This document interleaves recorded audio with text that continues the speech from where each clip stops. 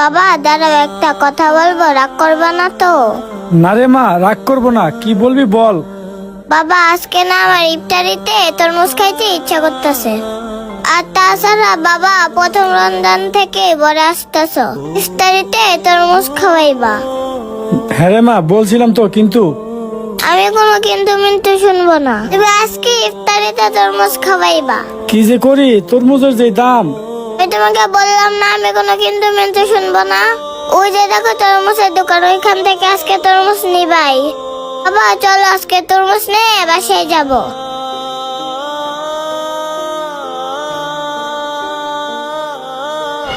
কি ব্যাপার ভাই, কিছু বলবেন? হ্যাঁ ভাই, একটা তরমুজ নিতাম। আমার মেয়েটা না আমার কাছে তরমুজ খেতে যাইতেছে। তরমুজের কেজি কত কইরা? ভাই আপনি যদি তরমুজ নেন তাহলে 60 টাকা করে রাখা যাবে। ভাই তরমুজ 60 টাকা কেজি, একটু কম রাখা যায় না ভাই? না ভাই, এটি সাতক্ষীরার অনেক মিষ্টি তরমুজ, 60 টাকা কেজি নিচে দেওয়া যাবে না। আপনি যদি নেন তাহলে 60 টাকা কেজি নিতে হবে। আর তরমুজগুলো ভিতরে অনেক লাল হবে। আচ্ছা ঠিক আছে ভাই, দেখি আমার কাছে কয় টাকা আছে। 50।